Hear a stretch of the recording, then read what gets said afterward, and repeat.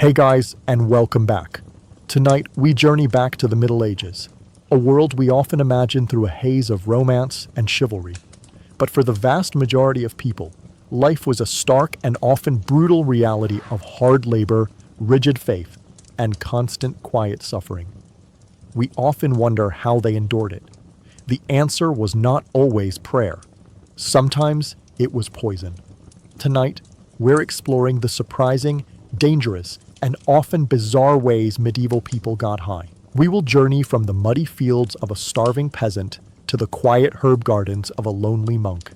And we will ask the question, in a world of so much pain, was there ever an easy escape? So, before we drink the first strange potion, take a moment to like the video and subscribe if you enjoy these quiet journeys into the past. As always, let me know in the comments where you are all listening from. All right, dim the lights, let the world outside fade away, and let us step back in time. Your world is a small, cold, and muddy circle of earth, and your life is measured by the rising and setting of a sun you rarely feel. You are a peasant, a serf, bound to this small patch of land in the heart of 14th century France. Your life is not your own. It belongs to the land, and the land belongs to the Lord in the great stone castle on the hill, a man you have seen only as a distant armored figure on a powerful horse. This year, the sun has been a shy and reluctant visitor. The summer was a long, gray, and miserable season of unending rain. The fields, which should have been a sea of golden wheat, are a sad and muddy landscape of stunted crops and waterlogged earth. The harvest was a disaster. And now, as the world tilts into the deep, damp chill of late autumn, a profound and gnawing anxiety has settled over your small village. It is the ancient, familiar, and ever-present fear of hunger. Your day begins before the dawn, in the cold, smoky darkness of your one-room hut. You are awakened not by a gentle light, but by the hacking cough of your own children, a sound that is the constant music of a medieval winter. You rise from a straw pallet on the packed earth floor that you share with your wife and your 3 children. The air in the small windowless hut is thick with the smell of wood smoke from the central hearth, of damp earth, of unwashed bodies, and the faint, sweet, and cloying smell of the singing cow you own, who shares this shelter with you for warmth during the cold nights. There is no moment of quiet reflection, no gentle start to your day. There is only the immediate and crushing weight of the work that must be done. You are not a poet. You are not a philosopher. You are a beast of burden, and your body is your only tool. You spend your day in the cold, wet fields, not tending to your own meager garden, but performing your required labor service on the Lord's domain. You are mending a fence, your hands raw and numb from the cold mud and the wet wood. You are threshing the Lord's grain in his great, drafty barn, the repetitive, brain-numbing thud of your wooden flail, the only rhythm of your life. The work is hard, it is endless, and its fruits are not your own. The vast majority of the grain you are threshing will be taken to the Lord's storehouse, while your own family will subsist on what is left. Your food is not a pleasure, it is fuel. Your morning meal is a piece of hard, dark, and slightly sour rye bread washed down with weak, watery ale. Your midday meal, eaten in the cold shelter of a ditch, is more of the same. And your evening meal, the one you are returning to now, will be a thin, watery pottage of boiled turnips and cabbage, and more of the same dark, heavy bread. Meat is a distant memory, a taste reserved for a holy feast day, a flavor you can barely recall. But the physical hardship, the constant grinding labor, is perhaps not the worst of it. The worst of it is the monotony, the profound, soul-crushing boredom of a life where every day is a near-perfect copy of the one before it. You wake, you work, you eat your meager meal, you sleep, and tomorrow you will do it all again. There is no hope for advancement. There is no dream of a different life. There is only the endless turning wheel of the seasons and your own small, and insignificant place upon it. As the sun, which you have barely seen all day, finally gives up and sinks below the horizon, you begin your walk home. The world is a landscape of mud and mist. You are cold, you are hungry, and your body is a single, continuous, and all-encompassing ache. You arrive at your small, smoky hut, the only sanctuary you have in this world. You duck through the low doorway and are greeted by the familiar, comforting sight of your family, their faces illuminated by the flickering light of the central fire. And you are greeted by the smell of the evening's bread, baking on the hot hearthstone. But tonight, there is a strange, new, and unsettling note in that familiar smell. It is a sharp, almost bitter, and vaguely medicinal scent that you do not recognize. You sit on the low, crude wooden stool by the hearth, the meager warmth of the fire a small comfort against the deep, damp chill that has settled in your bones. The day's long and soul-crushing labor is over. You are home. This small, smoky, single-roomed hut is your entire world, your only sanctuary. Your wife moves with a weary, practiced grace, ladling the thin, watery pottage of boiled turnips into your wooden bowls. It is the same meal you had last night, and the night before that. But tonight, the main event, the true substance of your meal, is the bread. She takes the loaf from the hot hearthstone where it has been baking. It is not the fine, white, airy bread of your Lord's table. It is the bread of your people. It is a great, dark, dense, and heavy round of rye bread, a food that is more fuel than pleasure. The smell of it, usually a simple, sour, and comforting aroma, fills the hut. But tonight, as you noticed when you first entered, there is a different note in that familiar smell. A strange, sharp, almost medicinal bitterness that lies just beneath the surface. Your wife places the loaf on a wooden board in the center of the floor, and in the flickering, uncertain light of the fire, you see the source of the strange smell. And your heart grows cold. The dark, coarse crumb of the bread is studded with strange, unfamiliar kernels. They are purplish black, hard-looking, and shaped like the spur on a rooster's leg. They are like elongated, blackened grains of rice. And you know, with the deep, instinctual, and fearful certainty of a man who has spent his entire life working the land, what they are. It is the accursed spur. It is the sickness of the rye. It is ergot. Your mind flashes back to the miserable, rain-soaked harvest a month ago.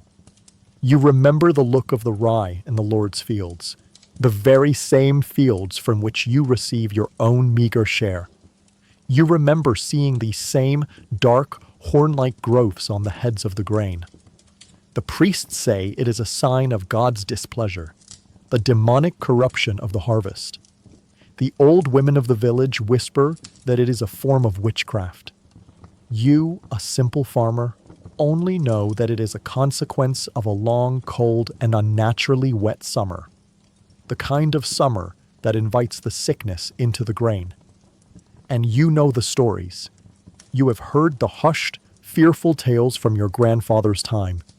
The stories of entire villages that were struck down by a madness, by a strange, burning fire in their limbs, after a harvest like this one. The stories of the tainted bread. A wave of pure, cold dread washes over you. You look at the dark, unwholesome-looking loaf on the floor. It is poisoned. And then you look at the faces of your children. They are sitting on the floor, their eyes wide and fixed on the bread, their small, hungry faces illuminated by the firelight. They are not thinking of old stories. They are not thinking of poison. They are thinking only of the deep, gnawing emptiness in their own small bellies.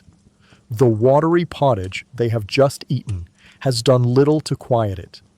This bread is their true meal. This bread is the difference between a night of hungry, fitful sleep and a night of relative contentment. You are now faced with the most terrible choice of your life. It is a choice that no man should ever have to make. You look at the poisoned loaf. Your knowledge, your fear, your ancient superstitious dread tells you to throw it into the fire, to cast out the evil it contains. But then you think of what will follow. You think of the meager contents of your own grain bin. The harvest was poor. The Lord's share was taken first. What you have left must last your family until the spring. To throw this loaf away is not a simple act. It is to condemn your children to a week of a hunger that is not just a discomfort, but a true and gnawing pain. It is to take the food directly from their mouths. The fear of the future, the vague, storybook fear of the accursed spur and the madman's dance, is a distant and uncertain ghost. The hunger of your children, right here, right now, is a real, present, and undeniable torment. You look at your wife. Her eyes meet yours across the firelight, and you see in her face the same terrible, agonizing calculation. She too knows the stories, and she too knows the reality of your empty larder. She says nothing. She simply waits for you, the man of the house, to make the decision. You make it. With a heavy heart, you reach for the loaf. You say a quiet, desperate prayer to a God you hope is more merciful than his priests. And with your own knife, you cut the bread. You hand a piece to your oldest son. You hand a piece to your daughter, to your youngest boy. You give a piece to your wife, and you take a piece for yourself. You bring the bread to your mouth. You chew. The bread is heavy, sour, and dense, as always. And then, your teeth crunch down on one of the hard, black kernels of the ergot. The taste is a shocking, powerful bitterness, a flavor of pure, concentrated wrongness, of a deep and ancient sickness. You force yourself to swallow it. Will watch as your family eats. They are hungry. They devour their portions without a word. Their faces a picture of simple, honest, and heartbreaking gratitude. They do not seem to notice the bitter taste of the dark kernels, or if they do, they are too hungry to care. The meal is finished. The pottage is gone. The dark, tainted loaf has been consumed. For the first time all day, the gnawing hunger in your stomach is silenced. A false, heavy sense of contentment settles over your small, smoky hut. You have made your terrible gamble. You have chosen the certainty of a full belly tonight over the uncertain, whispered threat of a sickness to come. You lie down on your straw pallet, the strange, hide, bitter taste of the accursed spur still a ghost in your mouth. You have eaten the strange bread, and now you can do nothing but wait for the long, dark hours of the night to reveal what terrible and hallucinatory harvest that single bitter seed will reap. The meal is over. The dark, heavy, and tainted bread sits like a stone in your stomach, a warm, deceptive weight against the cold of the night. A false and fleeting sense of peace settles over your small, smoky hut. The gnawing hunger has been silenced. Your wife and your 3 children, their bellies full for the first time in what feels like weeks, soon fall into a deep, exhausted sleep on their straw pallets. You lie down yourself.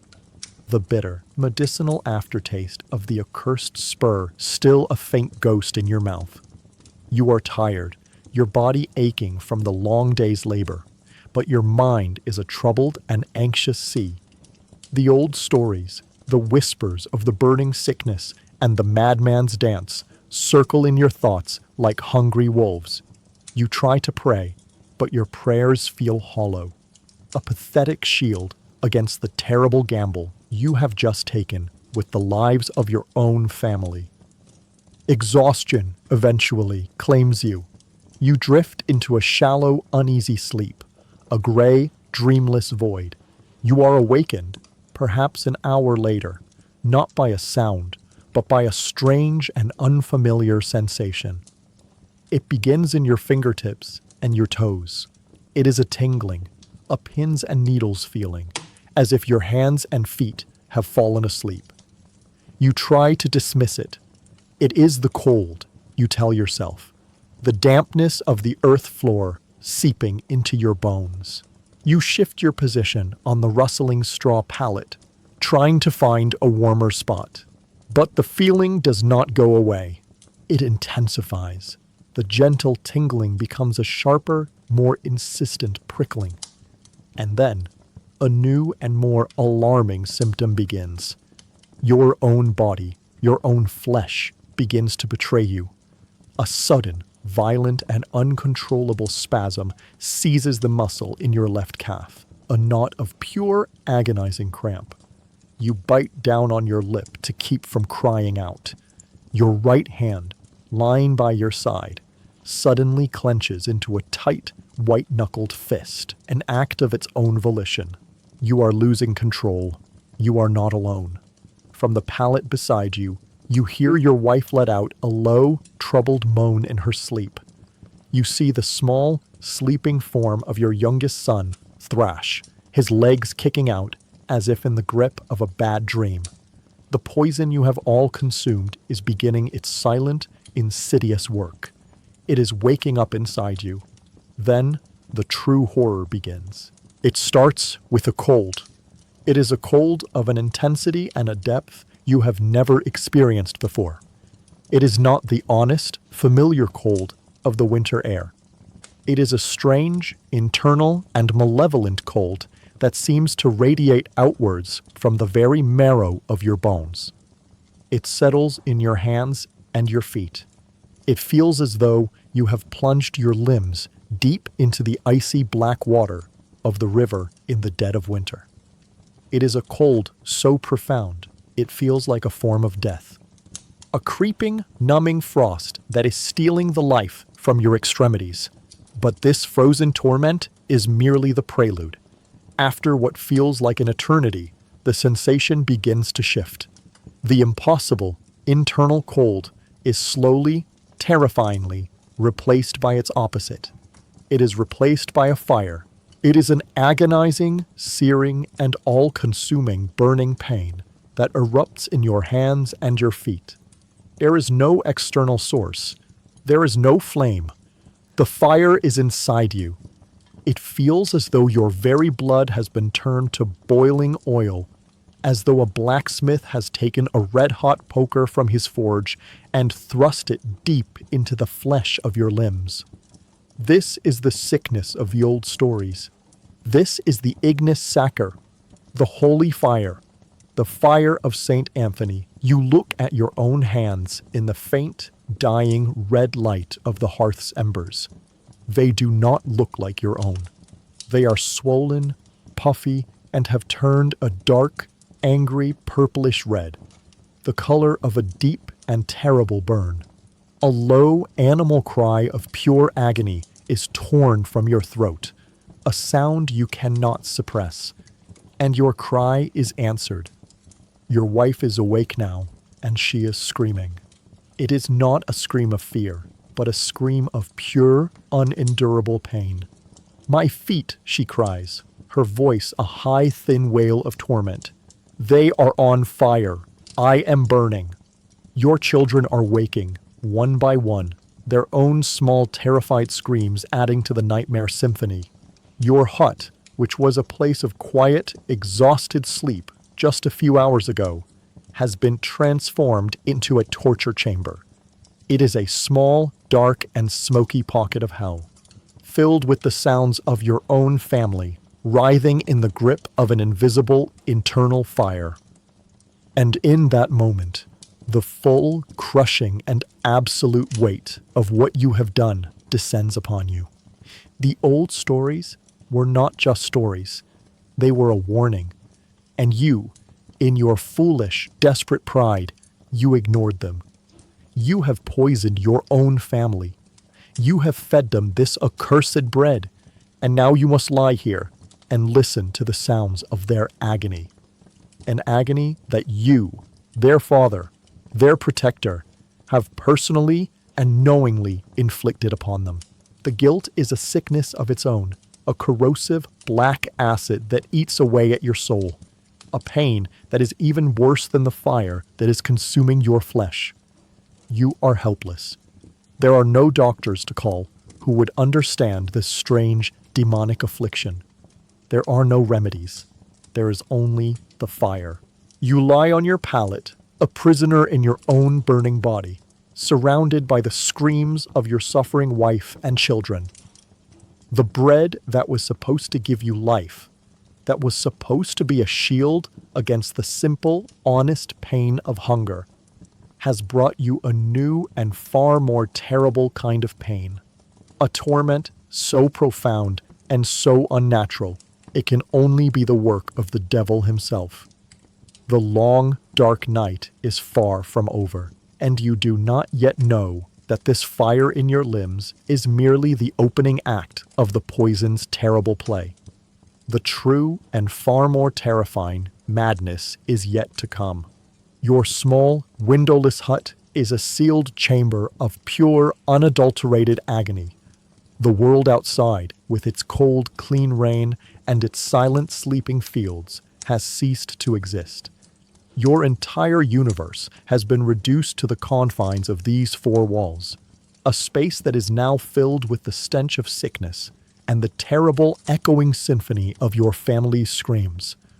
You are all trapped in the fiery, invisible grip of St. Anthony's fire.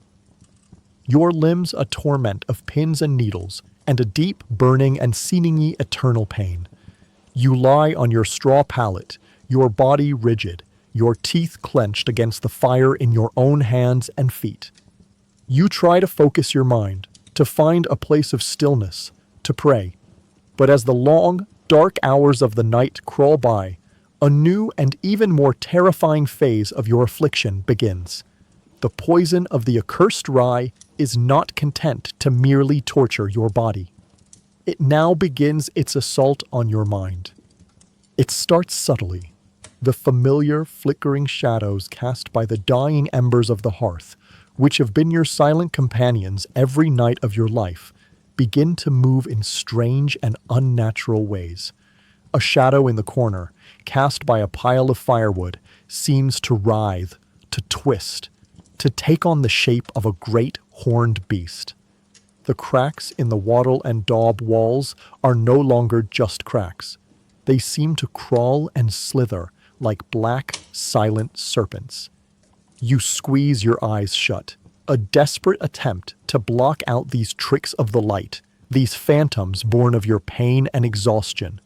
But the assault now comes from within. With your eyes closed, the darkness is not empty.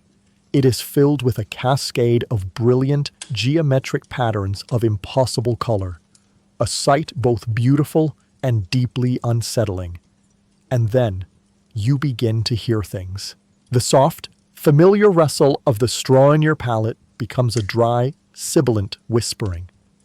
The low moan of the wind outside the hut is no longer the wind. It has a voice, a low, guttural, and deeply malicious chuckle that seems to be laughing at your agony. You can hear your name being whispered from the dark, empty corners of the room. You open your eyes, your heart a frantic, hammering drum in your chest. The waking world, which was a place of simple, brutal reality, has now become a place of profound and terrifying magic. The veil between your world and the other, darker world, the world the priests speak of in their sermons, has been torn away. You see them. They are not the great towering demons from the paintings on the church walls. They are small, grotesque, and wiry things, creatures made of shadow and malice. You see a small, imp-like creature with the wings of a bat, squatting on the crossbeam of your roof, its red, glowing eyes fixed upon you. You see another, a thing with the body of a dog and the face of a grinning old man, as it seems to scuttle out from under your sleeping cow. They are real. You see them with a clarity that is so perfect, so detailed, that you cannot possibly be dreaming. They are not threatening you. They are simply there, watching, capering in the shadows, their silent, malicious glee a new and terrible form of torture. Your familiar world is transformed into a landscape of pure demonic horror. You look at your own cow, a simple, placid beast that is the most valuable thing you own. In the dim red light of the embers, her eyes seem to glow with a malevolent, hellish light. The shadows make her familiar horns seem to lengthen and twist into the cruel, sharp horns of a demon. You are not alone in this madness. You hear your wife let out a new kind of scream. It is not a scream of physical pain. It is a shriek of pure, abject terror. "The ceiling!" she screams, her finger pointing up at the dark, smoke-blackened thatch of your roof. The spiders, the great black spiders, are coming down. You look up and you see nothing but the familiar thatch. But she sees a legion of horrors, and her terror is as real as the fire in her own limbs. Your oldest son, a boy of 8, is sitting up on his pallet, his own eyes wide with a supernatural terror. He is pointing at the corner of the hut, a corner that is empty save for a pile of old sacks. "The man with no face," he whispers, his voice trembling. "He's watching us. Your family is trapped, each of you in your own private and deeply personal hell. Your mind's a canvas for the poison's terrible artistry. Your own body becomes a source of new and strange horrors. You look down at your hands, which are still burning with a deep internal fire, and they seem to melt and warp before your very eyes. Your fingers stretch, becoming long, thin, and spidery. You feel a sudden, sickening sensation of weightlessness, as if your own spirit is being pulled from your body. The roof of your hut dissolves, and you are flying, soaring through a black, cold, and starless sky. The wind a silent scream in your ears, and then, without warning, you are falling, tumbling end over end through an infinite, silent abyss. You land back in your own body with a jolt that is both a physical and a spiritual agony. The pain in your limbs, the fire of St. Anthony is still there, a constant, burning reminder that this is not a dream. You cannot wake up from this nightmare, because you are already awake. The bread, the simple, honest, and life-giving staff of your existence, has betrayed you in the most profound way possible. It has not just poisoned your flesh. It has opened a dark and terrible gateway in your own mind. It has invited the demons in. You curl yourself into a small, tight, trembling ball on your straw pallet, a wretched, moaning creature, and you pray for the dawn. But you know, with a new and absolute terror that eclipses even the pain in your limbs, that the sun may not be powerful enough to banish the hellish, waking nightmare that the strange, dark bread has unleashed upon you and your family. The peasant's terrible, waking nightmare, born of a poisoned harvest, is a descent into a hell he did not choose. It is a story of accidental, chaotic, and brutal madness. But in the strange and complex world of the Middle Ages, some sought out these altered states of the mind deliberately. They were not seeking a recreational escape. They were seeking a more profound connection with the divine, a dangerous and holy journey into the very mind of God. Our story now leaves the mud, the filth, and the demonic terror of the peasant's hut, and we travel to a different world entirely. A world of profound silence, of perfect order, and of a deep and abiding peace. You are no longer a serf. You are Brother Thomas, and you are the infirmarian, the healer and herbalist of a great Benedictine monastery, nestled in a quiet, sun-drenched valley. Your life is a slow, gentle, and unchanging rhythm, dictated not by the seasons of the harvest, but by the 7 sacred canonical hours that are marked by the ringing of the monastery's great bronze bell. Your domain, your workshop, and your sanctuary is the monastery's herb garden. It is a place of almost supernatural order and tranquility. It is a perfect square enclosure, a hortus conclusus, surrounded by high stone walls that seal it off from the wild, chaotic world outside. Inside, the garden is a living, breathing, and fragrant map of your medical and spiritual knowledge. You walk its narrow gravel paths in the gentle light of the late morning. The air is clean and warm, and it is a symphony of 100 different harmonious scents. You can smell the sharp, clean, and medicinal aroma of the rosemary bushes, the sweet, honey-like perfume of the lavender, and the fresh, green scent of the mint and the sage. The overwhelming sound here is a deep, profound, and holy silence, a quiet that is broken only by the gentle, industrious buzzing of the bees in the chamomile patch, and the distant, melodic chime of the monastery's bell, calling your brothers to the next hour of prayer. This is not a garden grown for simple beauty. It is a living pharmacy, a library of botanical knowledge, a testament to God's benevolent provision for the health of mankind. Each of the neat, raised beds is a different chapter in the great book of healing. In one, you cultivate the herbs for the stomach, the mint, the fennel, the dill. In another, the herbs for the lungs, the hyssop, the coltsfoot. In another, the herbs for wounds, the comfrey, the yarrow, the calendula. You are not a simple gardener. You are a scholar of the green arts. Your hands, though stained with the honest dirt of your labor, have also turned the fragile, priceless pages of the ancient texts in the monastery's library. You have read the great works of the Roman, Pliny, and the Greek Dioscorides. Your work is a careful and reverent blend of practical, hands-on horticulture and ancient scholarly research. Your daily routine is a quiet, meditative prayer. You tend to the plants, your movements slow and deliberate, your mind focused on the small, sacred tasks. You gently pull a weed from the base of a rose bush, a bush whose petals you will later steep in water to create a soothing eye wash. You carefully prune a dead leaf from a sage plant, a plant whose leaves are essential for treating coughs and fevers. You know each plant as a friend.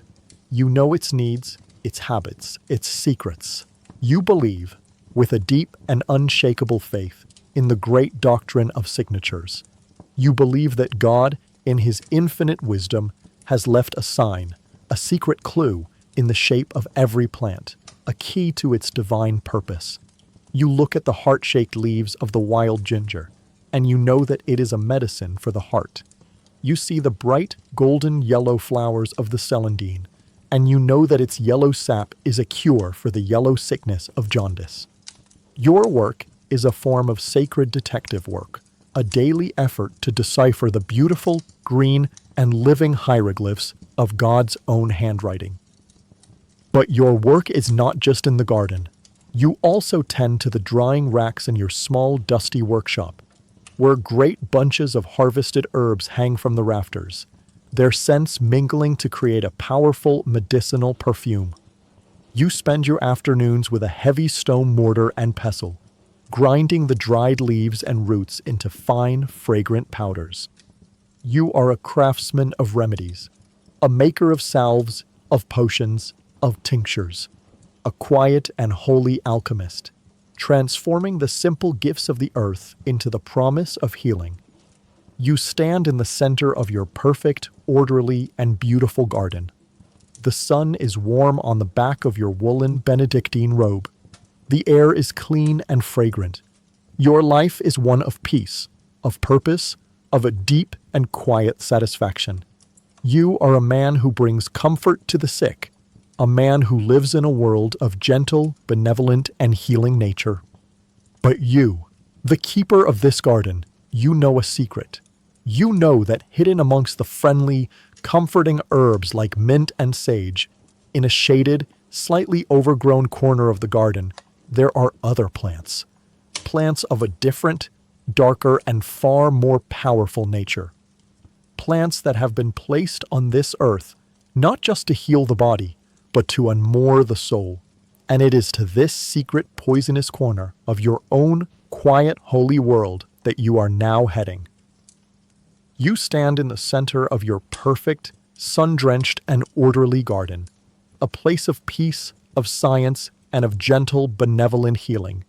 The sweet scent of chamomile and the clean, sharp aroma of rosemary fill the air. This is the public face of your craft, the kind and gentle work that is known and praised by your brothers in the monastery. But your knowledge and your garden has a deeper, darker, and more secret layer. You turn from the neat sunlit beds of familiar herbs, and you walk towards the far northern corner of the enclosure. Here, a high stone wall, perpetually in shadow, separates a small, secluded section from the rest of the garden. There is no gate, only a small, unobtrusive opening, almost hidden by a large, overgrown yew tree. This is a place that the other monks, the simple gardeners, and the scholars of Scripture are not forbidden from entering, but are subtly and effectively discouraged from visiting. It is your private, secret domain. You step through the opening, and the atmosphere changes instantly. The air here is cooler, the light dimmer. The familiar, pleasant scents of the main garden are gone, replaced by a strange, heavy, and deeply unsettling smell. It is a complex aroma, a mixture of damp, black earth, of strange, bitter leaves, and a faint, cloying sweetness that seems to both attract and repel. This is your poisonous garden. It is not a place of evil, not to your mind. It is a place of immense and terrifying power. The plants that grow here in the cool, damp shade of the north wall are not the gentle, soothing herbs of a simple tisane. These are the plants of the deep magic. They are the plants that hold the secrets of sleep, of visions, of madness, and of death. And it is your solemn and often frightening duty as the monastery's infirmarian to understand them, to cultivate them, and, when the need is absolute, to wield their dangerous power. You walk its narrow, moss-covered path. You are the sole and expert curator of this living library of potent spirits. You stop before the first plant. It is henbane. It is an ugly, brutish-looking plant, its leaves a pale, sickly green, hairy and sticky to the touch, and it gives off a faint, unpleasant odor. Its flowers are a strange, veined, and lurid combination of yellow and purple. You know its power. You have used a single dried leaf, carefully measured, in a potion to soothe the frantic, sleepless nights of a fevered patient. But you have also read the ancient texts. You know that a larger dose does not bring sleep, but a strange, waking dream, a state of delirious and often terrifying visions. You know it is the plant of the oracle, of the prophet, and of the madman.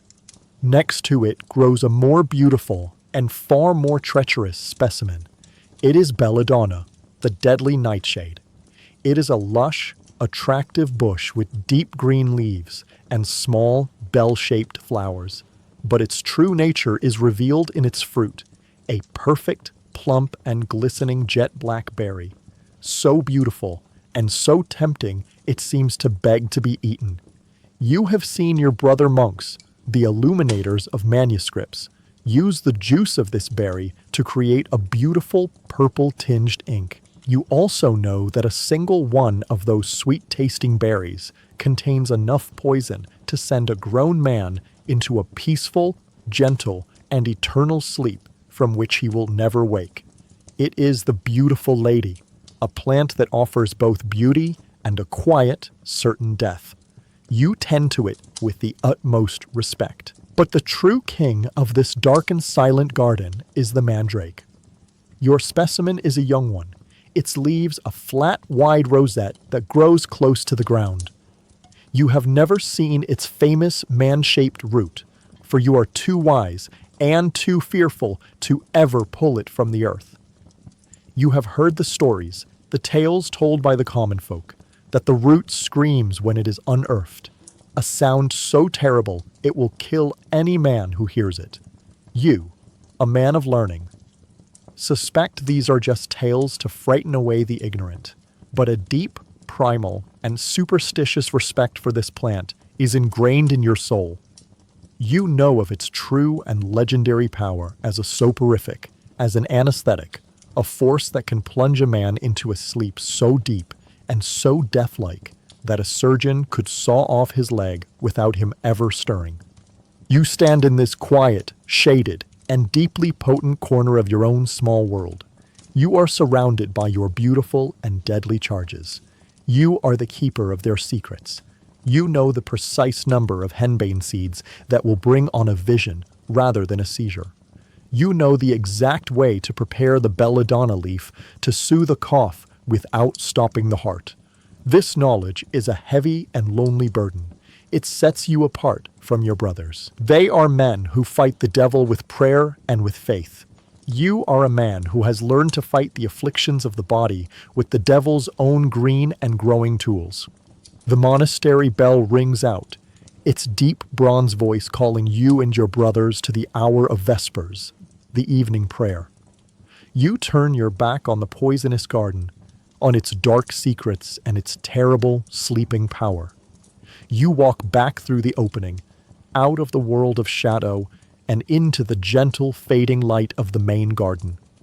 The air here smells clean, safe, and honest once more. But as you walk towards the chapel, your mind is filled with the weight of the dangerous knowledge you carry.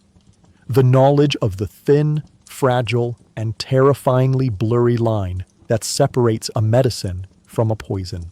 The seasons in the monastery turn with the slow, deliberate, and unchanging grace of a prayer. The gentle green of spring gives way to the deep, productive abundance of summer. You spend your days in the quiet, sunlit world of your garden, your life a peaceful and ordered rhythm of planting, of weeding, of harvesting, of prayer. The dark and secret corner of your garden, with its potent and poisonous inhabitants, remains a quiet and sleeping threat, its power uncalled for. But the world of a monastery is not just a world of the body. It is a world of the soul, and the soul can suffer from afflictions that no simple chamomile tea or willow bark infusion can cure. One evening, after the final prayers of Compline have been sung and the great silence has descended upon the monastery, there is a soft, hesitant knock at the door of your infirmary workshop. You open it to find a young monk, Brother Michael. He is a new addition to your community, a young man known for the fierce, almost desperate intensity of his devotion. But tonight, his face, in the pale moonlight, is a mask of pure spiritual torment. His eyes are wide with a fear that is not of this world. You let him into your small, herb-scented workshop, and you listen. He tells you his story in a low, agonized whisper. His faith is dying. He performs the rituals. He recites the prayers. He fasts until he is dizzy. But he feels nothing. He speaks of a terrible spiritual dryness, a dark night of the soul, as the mystics call it. He says that when he prays, his words feel like dead stones falling into a vast, empty, and silent well. God, he believes, has abandoned him. And this feeling, for a man who has dedicated his entire existence to God, is a torment far greater than any physical disease. He has come to you, he says, because he has heard the whispers. He has heard the other monks speak of your deep and secret knowledge of the herbs, of the strange plants that grow in the hidden corner of your garden. He is not asking for a medicine to heal his body. He is asking you for something to break the terrible silence in his soul. Brother, he whispers, his hands trembling, his eyes full of a desperate, almost mad light. I must hear his voice. I must see a sign. I cannot live in this silence any longer. I have heard that there are herbs that can open the mind to the divine. I beg of you, give me a potion for a vision. His request is a bolt of pure, cold fear in your own heart. It is the most dangerous request anyone could possibly make of you. You know, with an absolute certainty, that this is a deeply perilous and perhaps even heretical path. To deliberately induce a trance, to use a plant to force open the gateways of the mind, is to play a game of the highest and most terrible stakes. The Church teaches that visions are a gift from God, granted to the worthy and the pious.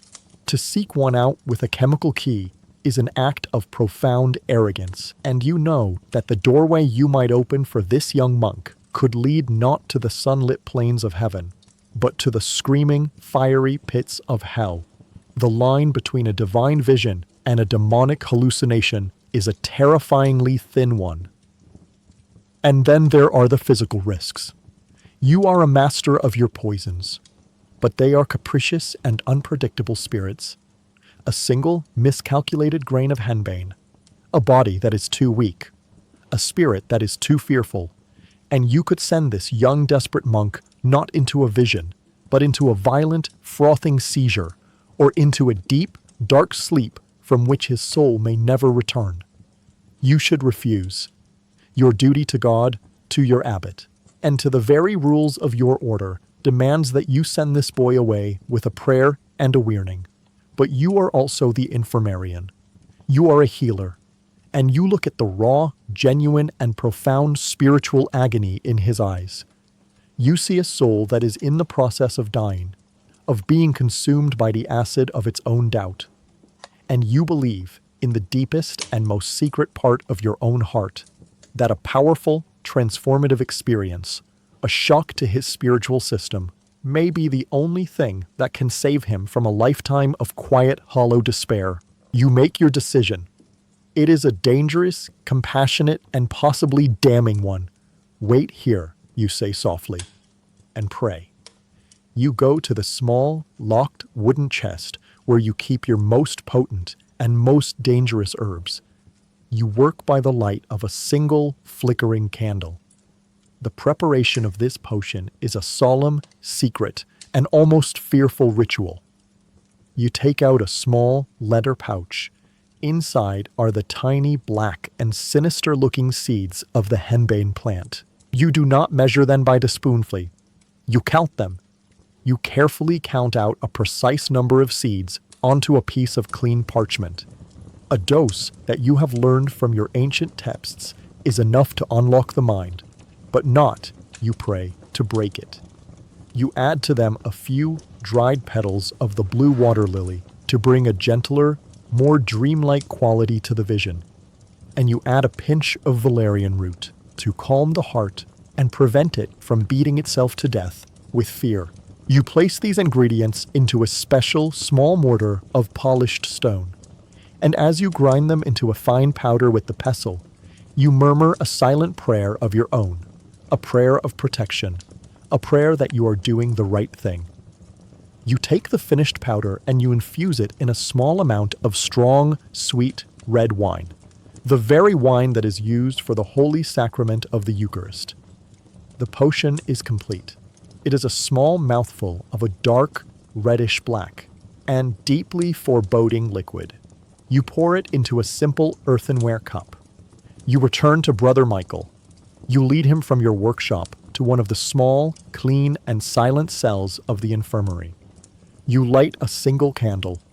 You instruct him to lie down on the simple straw pallet. You stand over him, and you give him the final, terrible warning. What you see tonight may be a gift from God, you say, your voice a low and serious whisper. Or it may be a trial sent to you by the devil to test your faith. You must hold fast to your prayers. You must not surrender to any vision of despair, nor to any vision of pride. You are a traveler about to enter a strange and unknown country. You hand him the cup. Drink. He takes it, his hands trembling, and in a single, desperate motion, he drinks the entire dark contents. He lies back down on the pallet and closes his eyes. And you take your position on a small wooden stool in the corner of the dark, silent cell. You are no longer just a healer. You are a guardian, a watchman. You have just opened a great, dark, and powerful door in this young man's soul. And now you must sit, and you must wait, and you must pray, and you must see what comes through. You sit on the small, hard, wooden stool in the corner of the infirmary cell, a silent and anxious sentinel.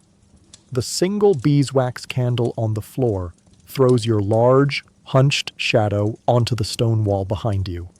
The only other presence in the room is Brother Michael, lying on his simple straw pallet, a young man who has just willingly consumed a poison in a desperate search for God. You have opened a door in his mind. Now you must stand guard and see what comes through. For the first hour, there is only silence. The young monk lies perfectly still, his breathing deep and even. You begin to fear that the potion was a failure, that the dose was too weak, that you have only given him a simple, dreamless sleep.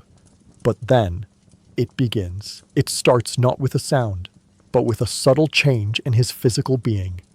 A fine tremor runs through his limbs. His eyelids, though still closed, begin to twitch and flutter, as if he is watching a frantic, chaotic scene behind them. His fingers, which were relaxed at his sides, now clench into tight, white-knuckled fists, then relax, then clench again. He is no longer simply sleeping. He is journeying. You lean forward, your own heart, a slow, heavy drum of anticipation. You are no longer just a healer. You are an observer, a witness to the most profound and most dangerous of all human experiences, a direct encounter with the spiritual world. And then the first phase of the vision begins, and it is beautiful. A slow, serene, and absolutely beatific smile spreads across the young monk's face. It is a smile of such pure, unadulterated, and almost painful bliss that it transforms his entire countenance. He looks like a saint from a stained glass window. A single perfect tear of what can only be pure, ecstatic joy forms in the corner of his eye and traces a slow, glistening path down his cheek. He begins to murmur. His voice is a low, reverent, and awestruck whisper. You have to lean in close to hear the words, your own breath held tight in your chest. He is speaking fragments of the holy texts, but not as a man reciting from memory. He is speaking them as a man who is witnessing them. The light, he whispers, his smiling lips barely moving. A river of light. The throne, it is made of pure, living light. His voice is filled with a wonder so profound, it is almost heartbreaking. He murmurs the names of the archangels, Michael, Gabriel. Their wings are the color of the dawn.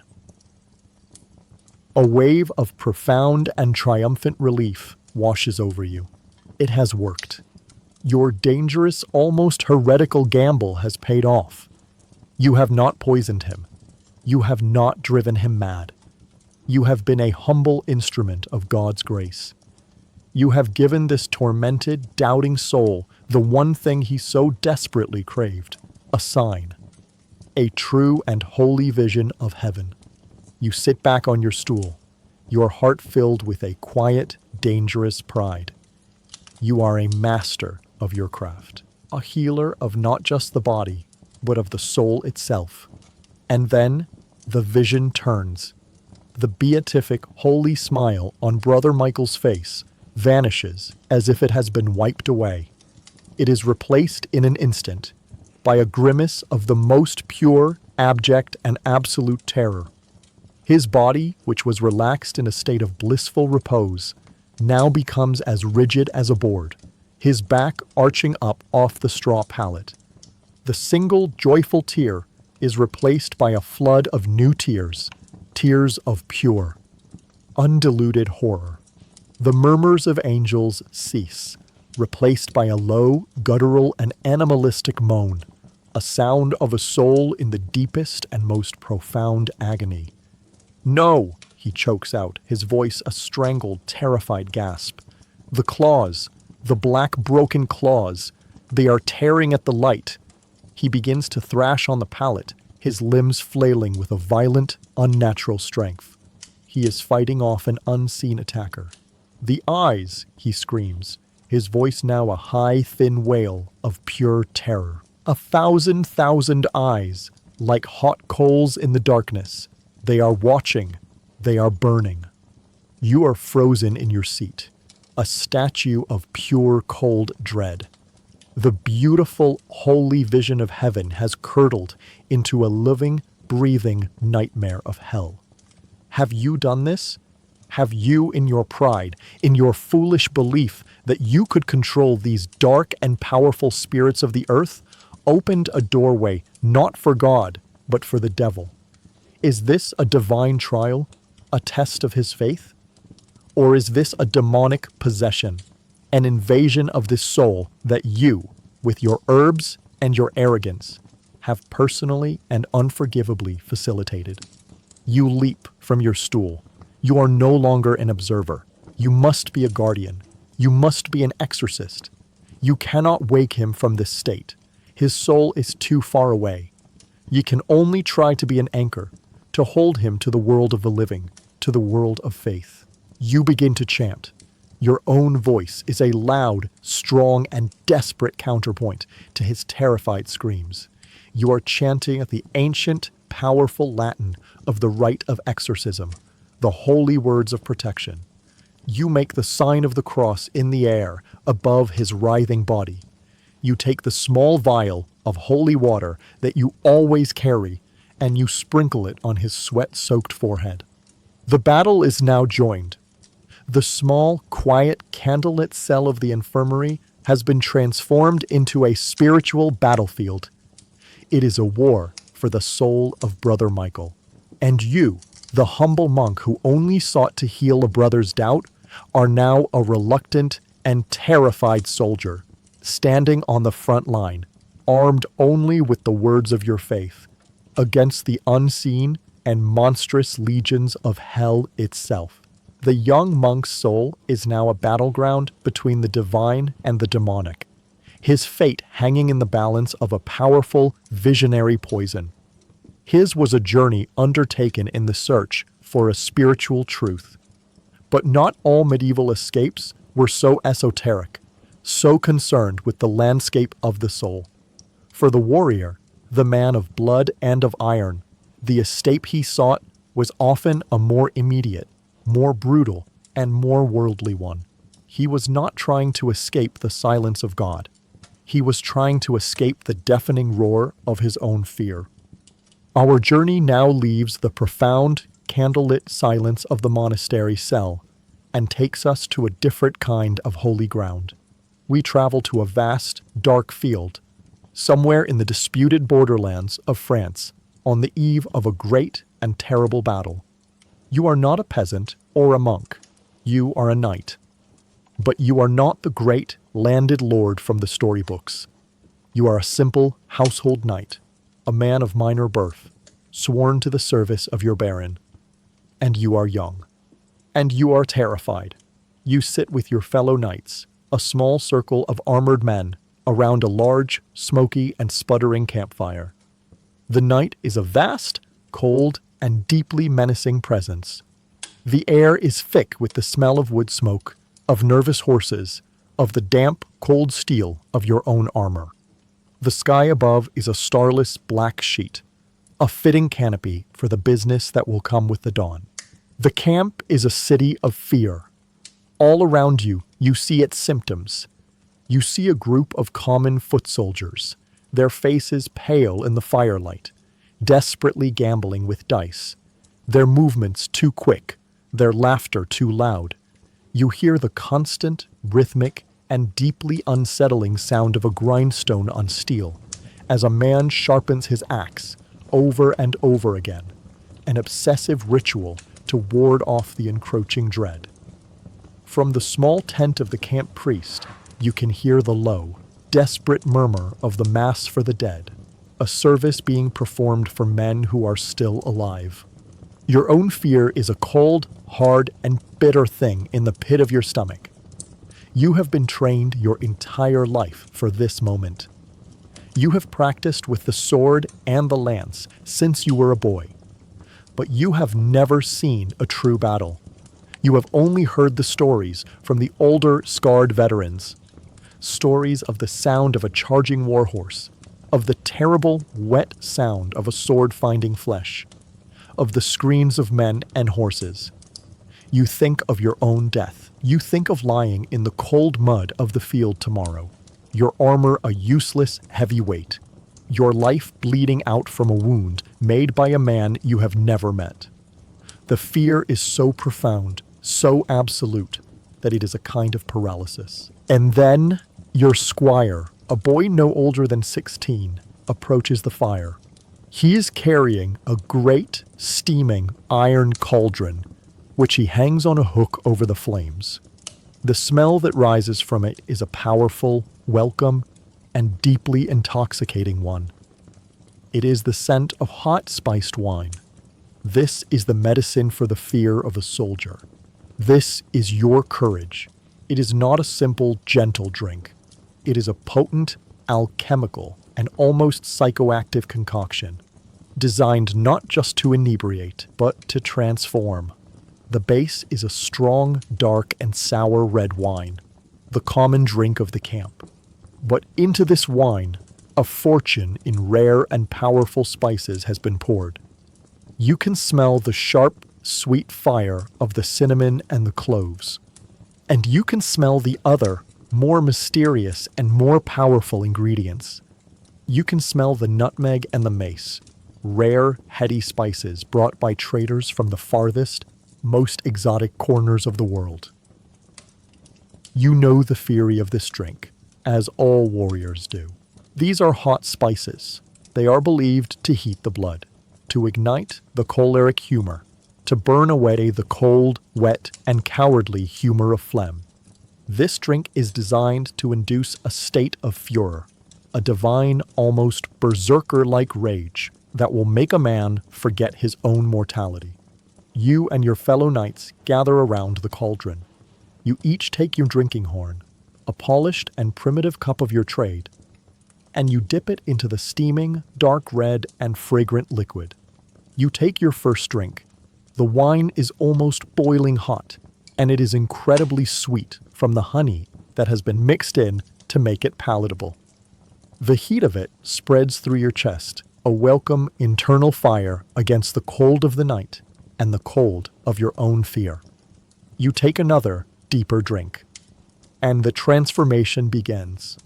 The simple, honest drunkenness comes first. The hard, sharp edges of your fear begin to soften and to blur. The cold knot of anxiety in your stomach begins to loosen.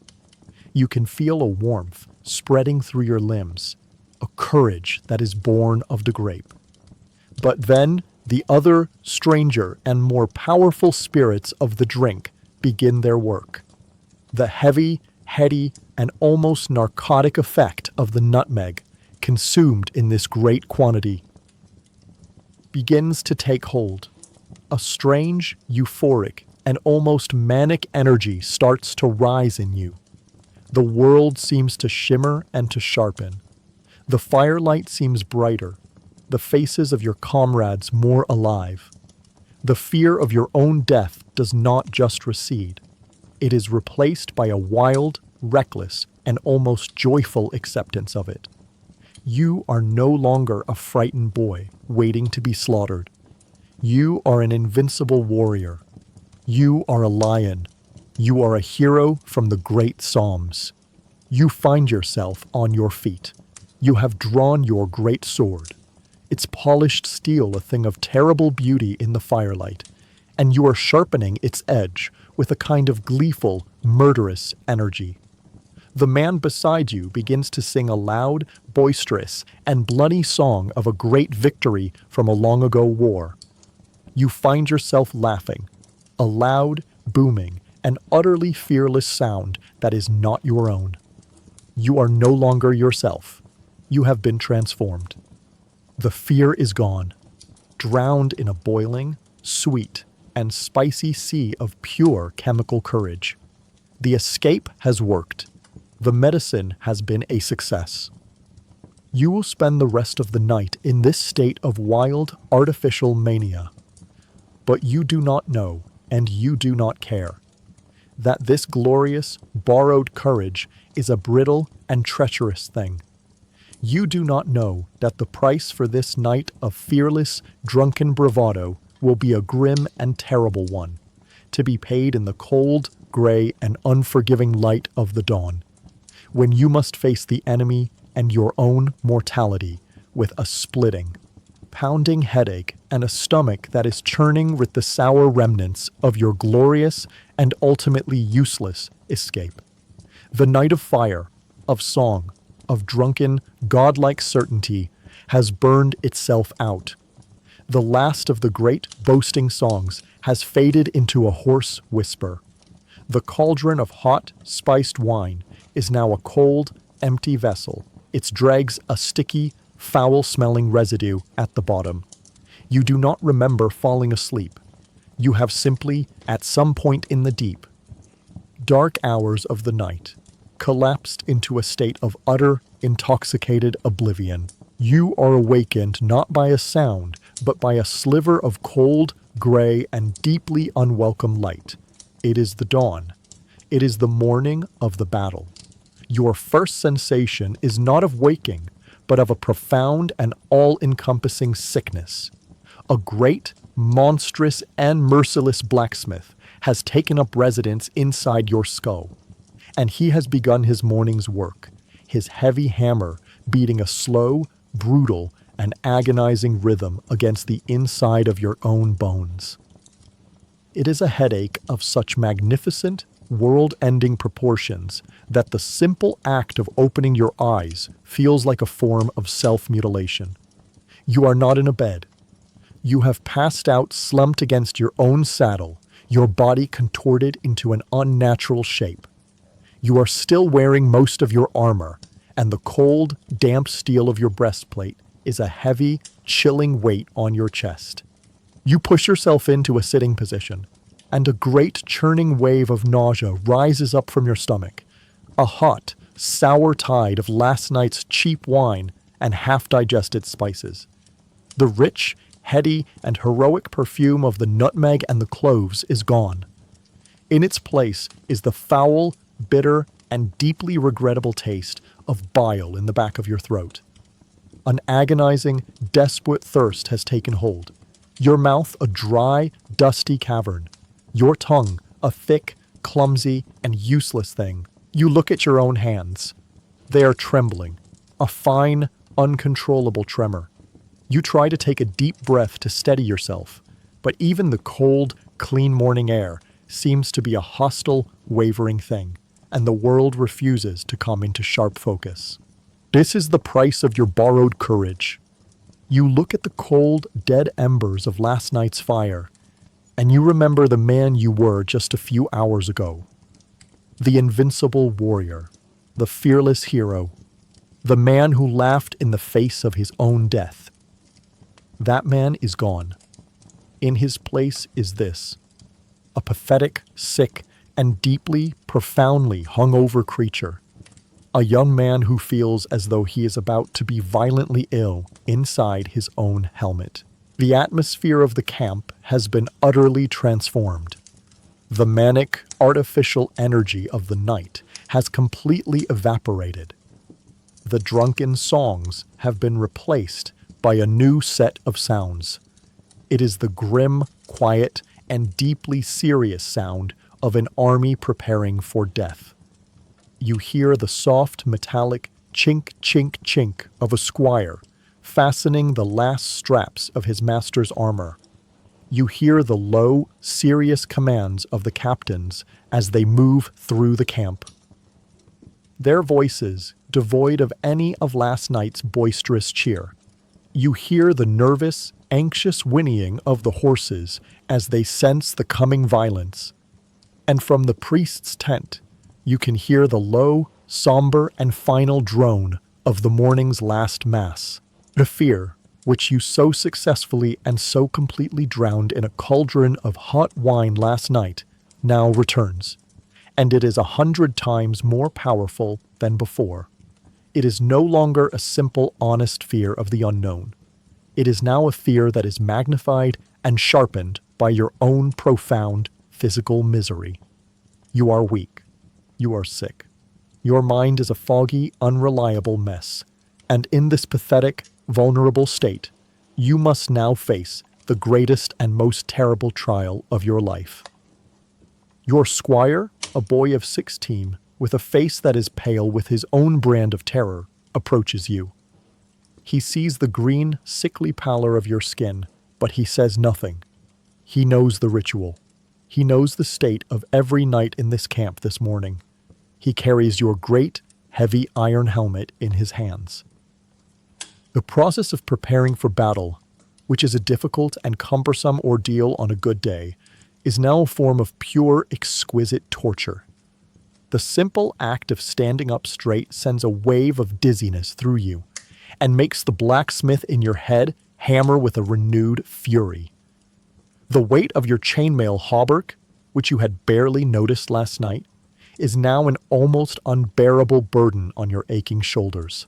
The squire holds up your helmet. You take a last, deep, shuddering breath of the open air, and you lower the great iron pot onto your head. The world is instantly transformed into a cramped, dark, and deafeningly loud prison. Your vision is reduced to 2 small, narrow slits, and the sound is a nightmare. Every small, incidental noise is amplified into a monstrous, echoing clang inside the iron bell of your helmet. The simple sound of the squire fastening your gorget is a deafening crash of metal on metal. Your own ragged breathing is a great, roaring wind. You are led to your warhorse. The simple act of mounting is an agonizing, clumsy maneuver that sends a fresh wave of nausea through you. You finally settle into the saddle. You are now a magnificent armored figure, the very picture of chivalric power and glory. But you are a lie. You are a hollow shell. And inside that beautiful steel shell is a sick, trembling, and deeply, profoundly frightened man. You take your place in the formation, a long, silent line of similarly armored and similarly hung-over knights. You look across the cold, misty field. In the distance, you can see them, a long, dark, and silent line of men and steel, the enemy. The escape is over. The glorious artificial courage of the night has been burned away by the cold, sober light of the dawn. The reality is here, and it is about to kill you. The peasant's mind was shattered by an accidental poison in his daily bread. The monk's soul was sent on a terrifying, holy journey by a deliberate, measured potion. The knight, in his fear, drank his courage from a steaming cauldron of wine and potent spice. Theirs were all escapes taken through the mouth, journeys that began with a swallow. But in the deep, dark, and often silent world of medieval folk magic, there was another path, a stranger, more secret, and more intimate way to unmoor the soul from the body. Our final journey takes us away from the worlds of men, of fields, of monasteries, of battlefields, and into the hidden world of women, to the smoky hut of a cunning woman, to explore the most legendary and most misunderstood of all medieval highs, the flight of the witch. You are not a peasant, a monk, or a knight. You are a young woman, and your life is a cage. You are the wife of a cruel and older man, a merchant who sees you as another of his possessions. Your world is the 4 walls of your house. Your days an endless gray tapestry of domestic drudgery, of spinning, of mending, of enduring your husband's brutish attentions. You are filled with a profound and aching longing, not for a lover, but for escape, for freedom. for a single hour in which you are not bound by the heavy, choking chains of your life. And you have heard the whispers, the secret, fearful, and exciting stories that women tell each other by the hearth fire when the men are gone. Stories of the wise women, the cunning folk who know the secret ways. Stories of the women who can shed their bodies like a snake sheds its skin, who can fly through the night sky, who can dance in the wild places of the forest under the full moon. You do not know if you believe these stories, but your desperation has become a thing that is stronger than your disbelief. And so, one moonless night, you slip out of your husband's house and you make the fearful journey to the edge of the town, to the small, crooked hut where the cunning woman lives. You find her as you knew you would, an ancient, gnarled woman sitting by her fire, the air in her small home thick with the smells of 100 strange herbs and a deep, earthy magic. She looks up as you enter, and her dark, intelligent eyes seem to see not your simple woolen cloak, but the cage that is built around your soul. You do not come to her for a poultice to heal a burn, or for a potion to make your husband kinder. You have come for something far more dangerous. I wish to travel, you whisper, your voice a trembling thing in the quiet, smoky room. The old woman stares at you, her face unreadable. The roads are filled with bandits, she says, her voice a dry rasp. A pretty thing like you would not last a mile. No, you say, gathering your courage. Not on the roads. I wish to fly. The words hang in the air, a shocking and forbidden confession. The cunning woman is silent for a long, long moment, her eyes fixed on you, seeming to weigh your very soul.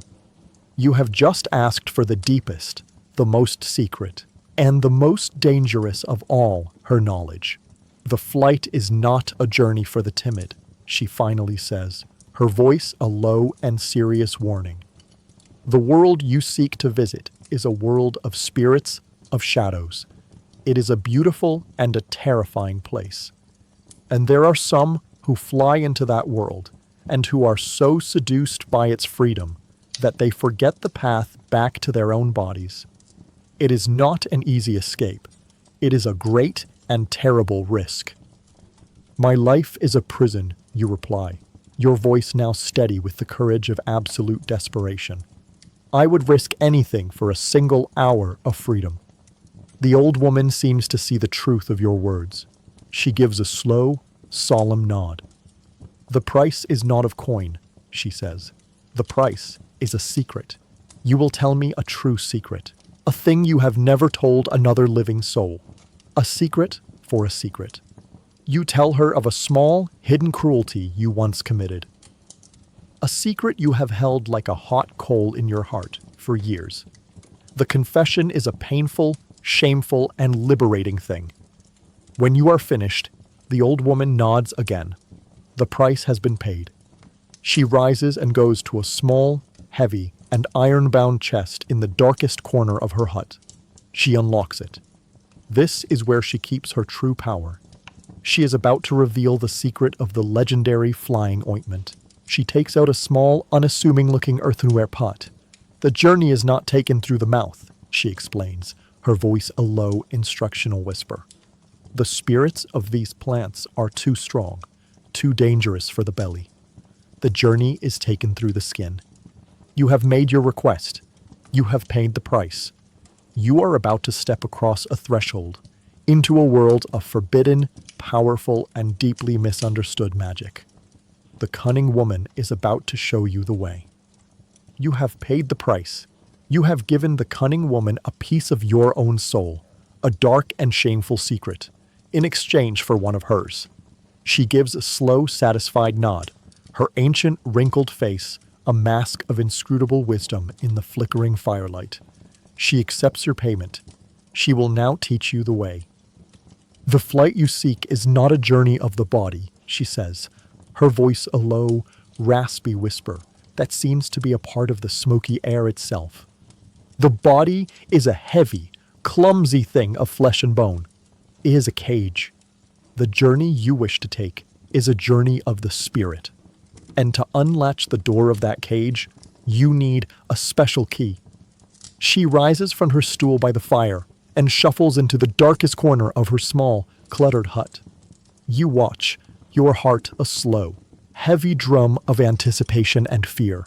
She returns, carrying a heavy, locked, and iron-bound chest. It is a chest that does not hold mundane things like coins or cloth. It holds her power.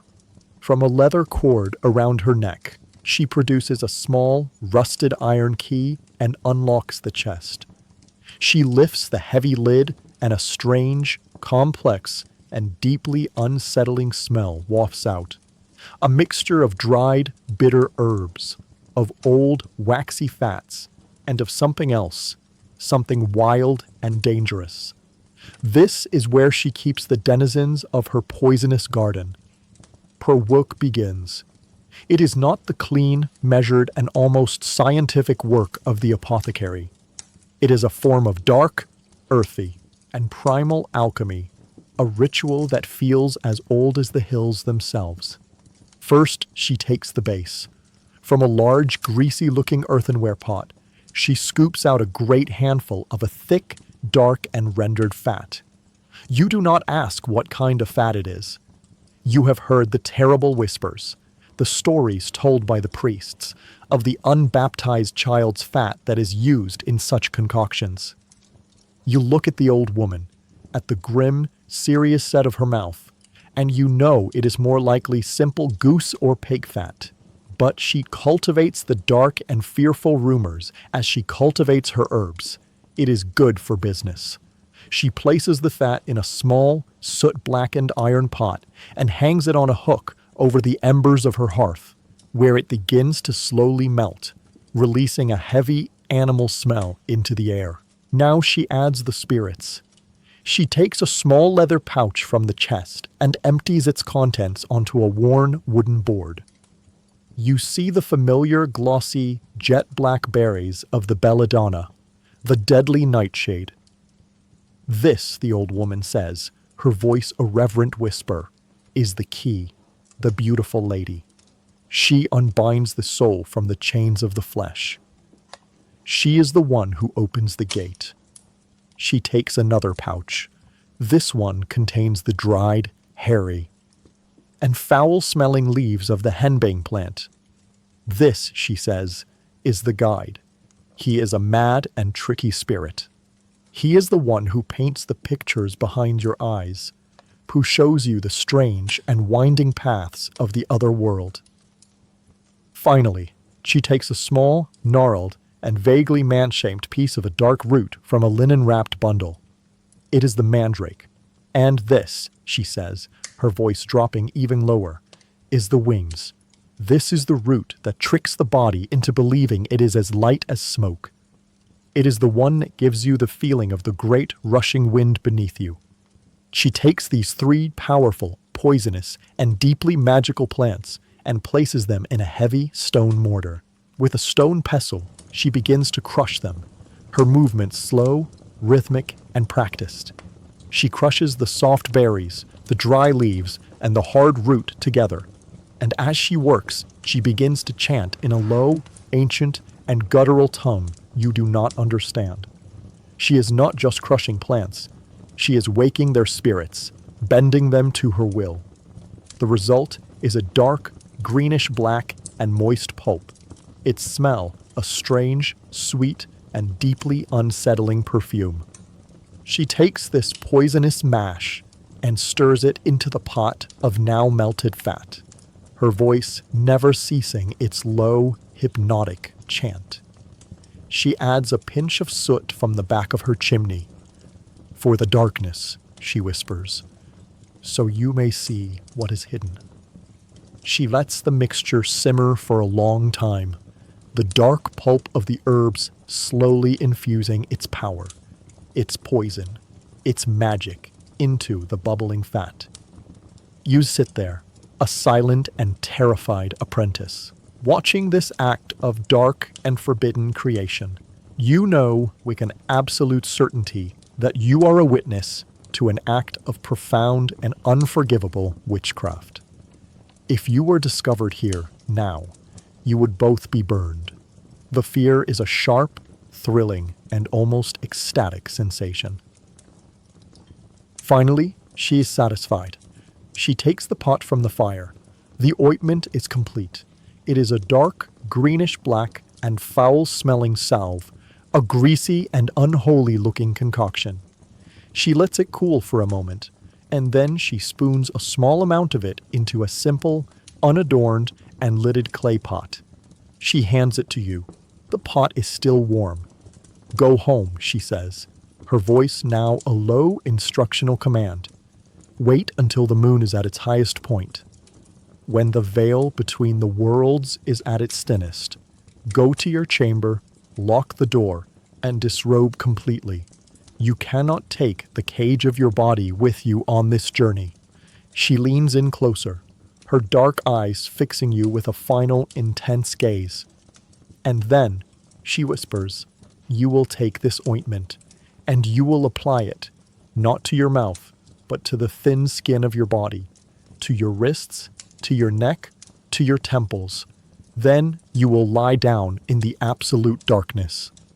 And you will call to the wind. It will answer. You take the small, heavy pot of the flying ointment. It is a secret that feels both sacred and profoundly sinful in your hands.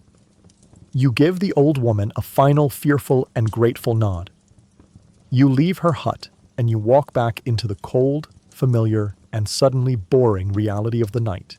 The key to your impossible, dangerous, and intoxicating escape clutched tightly in your hand. The night's glorious, artificial courage has dissolved into the sick, sober, and terrified reality of the morning. His was an escape into a state of heightened, manic aggression, a worldly high for a worldly battle. But the final and most profound escape of the medieval world was not a journey into the heart of the battle, but a journey away from the world itself. It was a flight of the soul, a secret whispered of in the darkest corners of the night. Our journey now leaves the cold, muddy, and masculine world of the military camp and returns to the quiet, smoky, and mysterious world of folk magic. You are not a peasant, a monk, or a knight. You are a young woman, and your life is a cage. You are the wife of a cruel and older merchant, a man who sees you as another of his possessions. Your world is the four walls of your house, your days an endless, gray tapestry of domestic drudgery, of spinning, of mending, of enduring your husband's brutish attentions. You are filled with a profound and aching longing, not for a lover, but for escape, for freedom, for a single hour in which you are not bound by the heavy, choking chains of your daily life. And you have heard the whispers, the secret, fearful, and intoxicating stories that women tell each other by the hearth fire when the men are gone. Stories of the wise women, the cunning folk, who know the secret ways. Stories of the women who can shed their bodies like a snake sheds its skin, who can fly through the night sky on a broomstick, who can dance in the wild places of the forest under the full moon and commune with the ancient gods. You do not know if you believe these stories, but your desperation has become a thing that is stronger than your disbelief. And so, one moonless night, when your husband is in a deep, drunken sleep, you slip out of your house and you make the fearful journey to the edge of the town, to the small, crooked hut where the cunning woman lives. She is waiting for you, an ancient, gnarled woman sitting by her fire. The air in her small home thick with the smells of 100 strange herbs and a deep, earthy magic. She looks up as you enter, and her dark, intelligent eyes seem to see not your simple woolen cloak, but the cage that is built around your soul. You do not come to her for a poultice to heal a burn, or for a potion to make your husband kinder. You have come for something far more dangerous. I wish to travel, you whisper, your voice a trembling thing in the quiet, smoky room. The old woman stares at you, her face unreadable. The roads are filled with bandits, she says, her voice a dry rasp. A pretty thing like you would not last a mile. No, you say, gathering your courage. Not on the roads. I wish to fly. Her words hang in the air, a shocking and forbidden confession. The cunning woman is silent for a long, long moment, her eyes fixed on you, seeming to weigh your very soul. You have just asked for the deepest, the most secret, and the most dangerous of all her knowledge. The flight is not a journey for the timid, she finally says, her voice a low and serious warning. The world you seek to visit is a world of spirits, of shadows. It is a beautiful and a terrifying place. And there are some who fly into that world and who are so seduced by its freedom that they forget the path back to their own bodies. It is not an easy escape. It is a great and terrible risk. My life is a prison, you reply, your voice now steady with the courage of absolute desperation. I would risk anything for a single hour of freedom. The old woman seems to see the truth of your words. She gives a slow, solemn nod. The price is not of coin, she says. The price is a secret. You will tell me a true secret, a thing you have never told another living soul. A secret for a secret. You tell her of a small, hidden cruelty you once committed. A secret you have held like a hot coal in your heart for years. The confession is a painful, shameful, and liberating thing. When you are finished, the old woman nods again. The price has been paid. She rises and goes to a small, heavy, and iron-bound chest in the darkest corner of her hut. She is about to reveal the secret of the legendary flying ointment. She takes out a small, unassuming-looking earthenware pot. The journey is not taken through the mouth, she explains, her voice a low, instructional whisper. The spirits of these plants are too strong, too dangerous for the belly. The journey is taken through the skin. You have made your request. You have paid the price. You are about to step across a threshold into a world of forbidden, powerful, and deeply misunderstood magic.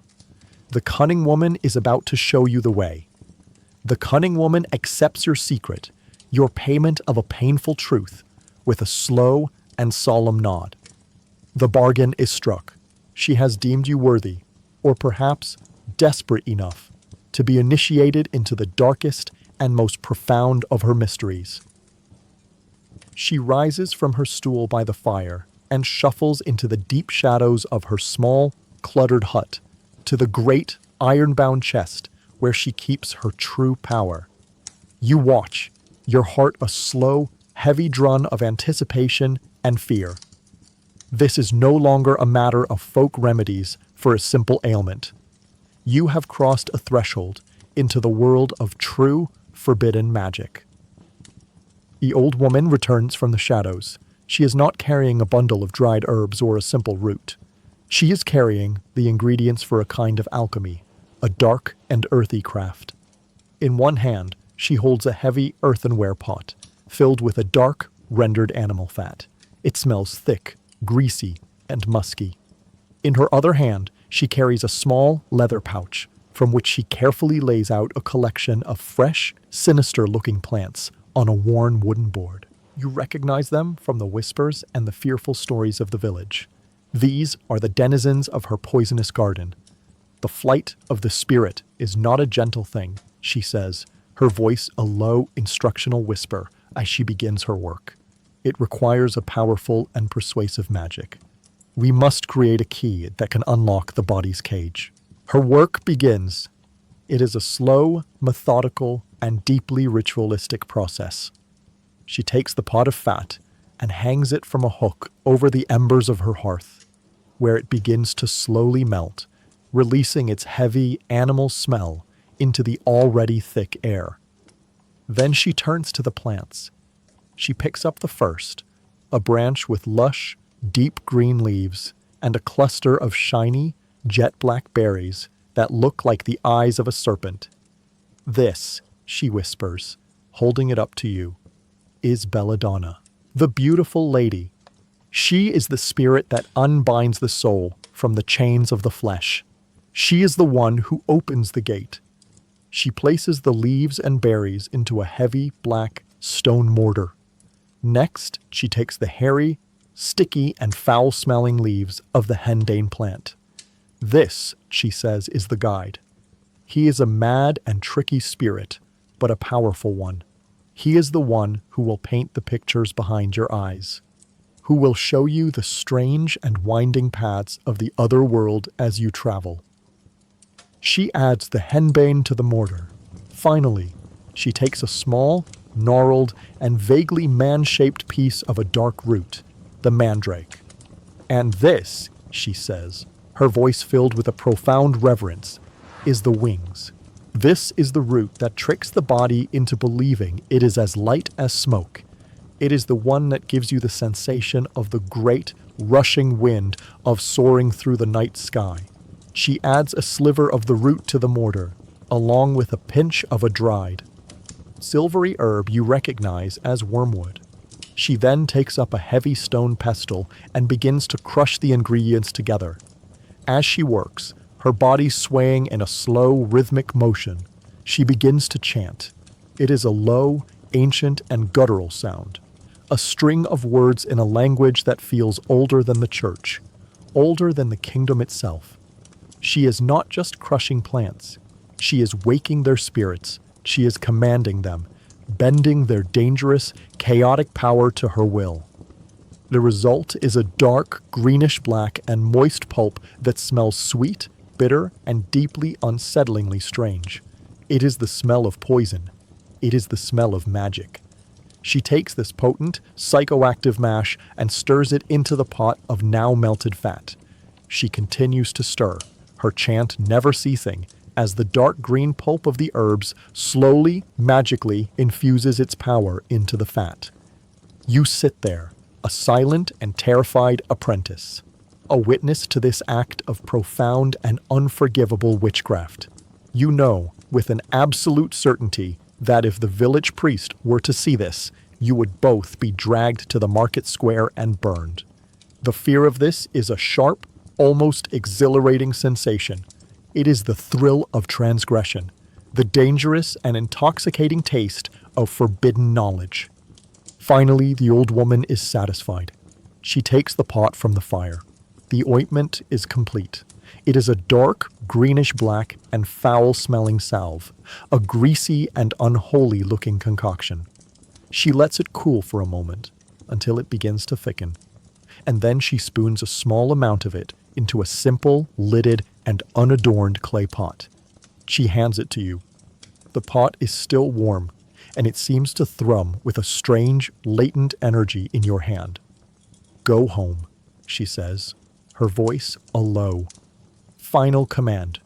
Wait until the moon is at its highest point, when the veil between the worlds is at its thinnest. Go to your chamber, lock the door, and disrobe completely. You cannot take the cage of your body with you on this journey. She leans in closer, her dark, ancient eyes fixing you with a final, intense gaze. And then, she whispers, you will take this ointment and you will apply it, not to your mouth, but to the thin skin of your body, to your temples, to your wrists, to the hollow of your throat. Then you will lie down in the absolute darkness, and you will call to the wind. It will answer. You take the small, heavy pot of the flying ointment. It is a secret that feels both sacred and profoundly sinful in your hands.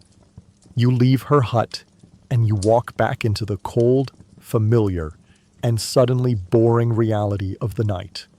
The key to your impossible, dangerous, and deeply desired escape clutched tightly in your hand.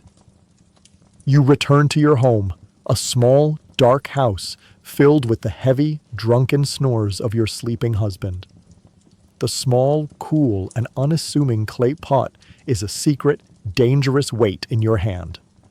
The air in your own home, which is usually a familiar prison, now feels electric with a new and forbidden possibility. You have spent your life in a cage. Tonight, you hold the key that might unlock it. You wait. You wait for the house to fall into the deep. Profound silence of the hour after midnight. You wait for the moon, a great, cold, and silver eye, to climb to its highest point in the sky. This is the time, the cunning woman told you, when the veil between the worlds is at its thinnest. When the time is right, you begin your secret, silent ritual. You move to your small bedchamber. You slide the heavy wooden bar across the door, a small act of defiance that seals you into your own private world. The only light is from a single sputtering tallow candle and the pale, ghostly moonlight that filters through the small shuttered window. You disrobe. You shed the rough, simple, and constricting clothes of your daily life, the uniform of your servitude. You stand, a naked and vulnerable figure, in the cold air of your chamber. The chill on your skin is a sharp, purifying shock, a preparation for the strange journey to come. You take the small clay pot of the flying ointment. You uncap it. The strange, sweet, and deeply unsettling smell of the henbane and the belladonna, a smell of damp earth and forbidden flowers, fills the small room. Your heart is a frantic, hammering drum in your chest, a rhythm of pure, exhilarating terror. You know with an absolute certainty that what you are about to do is a profound and unforgivable sin. It is an act of witchcraft, a turning away from the God of the Church and towards the older, darker, wilder spirits of the earth. But your desire for a single hour of freedom is a thing that is stronger in this moment than your fear of an eternity of damnation. Following the cunning woman's instructions, you take a small amount of the dark, greasy, and cool salve on your fingertips, and you begin the anointing. You apply the ointment not to your mouth, but to the thin, soft skin of your body, the places where the blood runs closest to the surface. You rub it into the soft skin of your wrists, where you can feel your own frantic pulse. You rub it into the hollow of your throat, into your temples, and as you are instructed, you apply it to the thin, secret skin of your body that is rarely touched by the light. The sensation is strange. The ointment is cool and greasy, and where it touches you, your skin begins to feel strangely numb, and yet at the same time, hypersensitive, a tingling, electric feeling. The ritual is complete. You extinguish the single candle, and the room is plunged into an absolute darkness, a darkness that is relieved only by the pale, silvery shafts of moonlight. You lie down on your rough, straw-filled bed, your body a strange mixture of cold, of numbness, of tingling. You are naked, you are alone, and you are anointed. You close your eyes, and as the old woman told you, you call to the wind.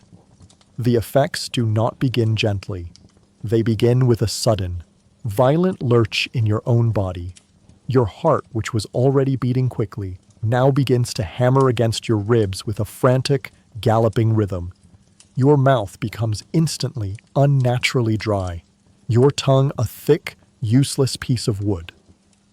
And then comes the great, central miracle of the ointment, a profound and deeply unsettling sensation of weightlessness, the feeling of the rough straw mattress beneath you, the feeling of your own heavy, earth-bound limbs. It all begins to dissolve. Your body becomes a strange, distant, and buzzing thing, a shell that no longer seems to belong to you. You feel your spirit, your true self, your consciousness begin to detach from this heavy, useless flesh.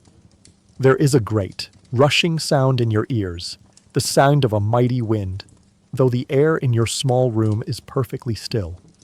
And you feel yourself beginning to float, to rise, your spirit lifting from the bed with an impossible, exhilarating lightness. You are flying. You open your spiritual eyes and you see the room around you, but it is different. It is a place of glowing silver shadows.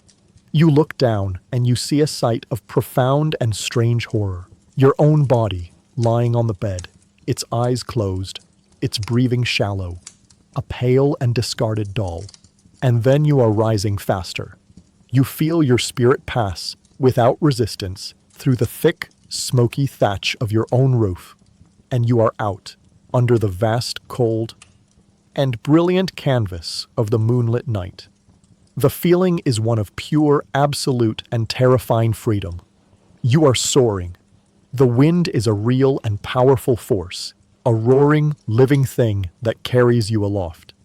The town below is a small, sleeping map of dark, crooked rooftops and silent, silver-lit streets. Your prison is now just a toy, a thing you can look down upon with a god's detachment. You are not alone in the sky.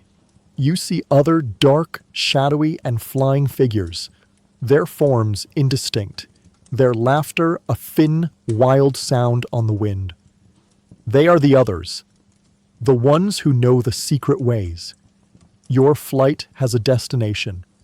You are being pulled, as if by a magnetic and irresistible force, towards the great, dark mass of the forest that lies beyond the town.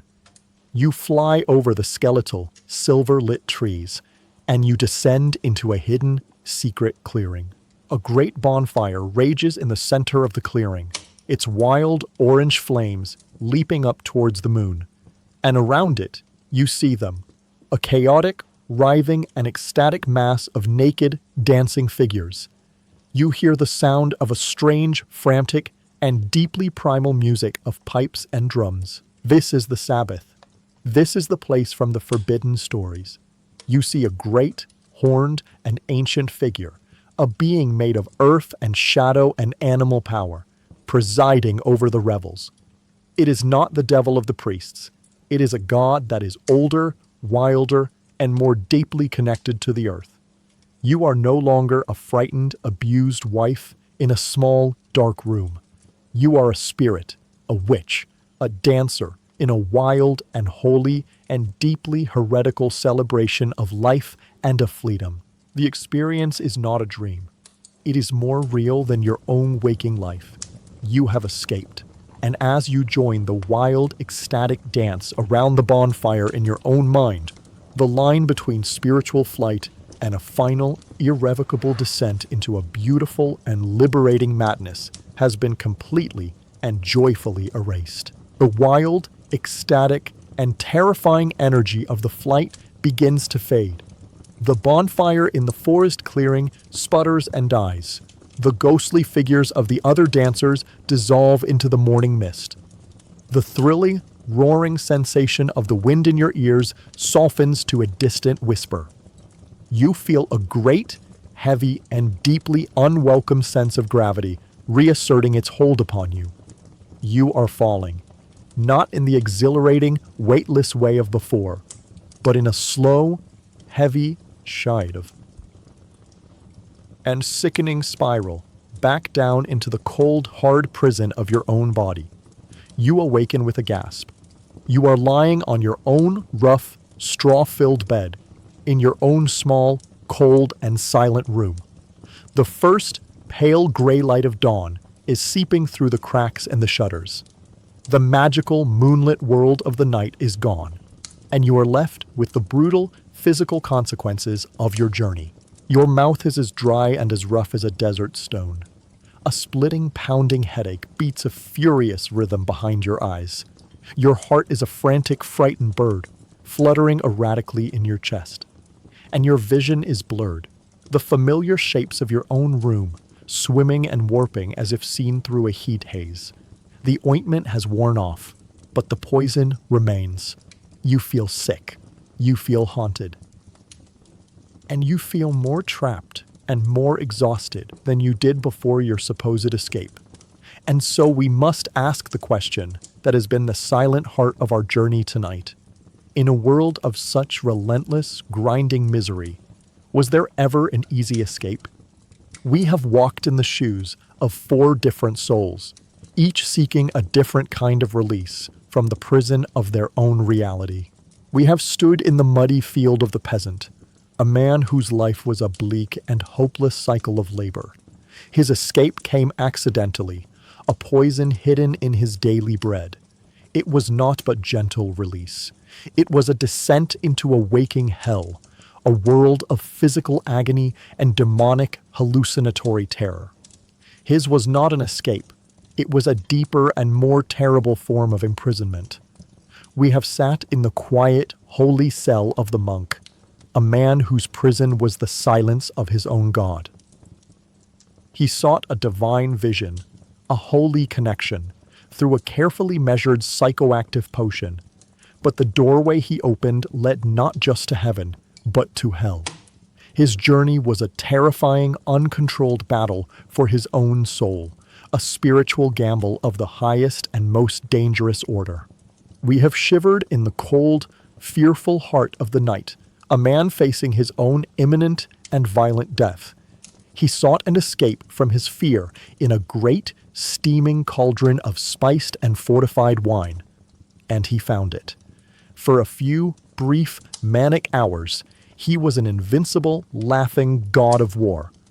But the price of his borrowed courage was a sobering morning of sickness and a profound hangover that left him weaker, slower, and more vulnerable on the battlefield than he was before. His escape was a treacherous and debilitating loan. And finally, we have flown through the night with the desperate imprisoned wife. She sought freedom in the cunning woman's dark and forbidden magic, and she too found it. For a few glorious, ecstatic hours, she was a free spirit soaring through a world of impossible and liberating visions. But the price was a body racked with poison and a mind that is now forever haunted by the terrifying, beautiful, and deeply unsettling question of what was real and what was madness. The answer, then, is a clear and resounding one. There were no easy escapes. The men and women of the Middle Ages were surrounded by a world of powerful psychoactive plants and fungi, but they had no science to guide them. Their relationship with these substances was one of desperation, of superstition, of a profound and dangerous guesswork. The journey they took was not a controlled recreational high. It was a blind leap into a deep and unknown abyss. We, in our modern world, have a profoundly different relationship with the idea of an altered state. Our escapes, whether medical or recreational, are products of science, of chemistry, of a deep and intricate knowledge of the human brain. We understand dosages. We understand purity. We understand the specific, predictable effects of different molecules on our own neurotransmitters. The medieval experience was the absolute opposite of this. It was a complete and utter surrender to the unknown. The substances they used were raw, their potencies varying wildly from one plant to the next, from one season to another. The doses were measured not in milligrams, but in handfuls, in pinches, in prayers. And the effects were filtered through a mind that was saturated with a deep and unshakable belief in the literal, physical reality of angels, of demons, of a God who rewarded with divine visions and a devil who tempted with demonic ones. The line between a medicine, a poison, a magical sacrament, and a simple toxin was not just thin. It was, for all practical purposes, completely non-existent. And here, we leave this strange, dark, and often terrifying world of medieval highs. We leave the peasant to his waking nightmare, the monk to his spiritual battle, the knight to his sickening hangover, and the witch to her beautiful and poisonous dreams. Their search for escape was a testament to the profound suffering of their daily lives, and a grim reminder of the dangers that lurked in a world where science had not yet illuminated the darkness.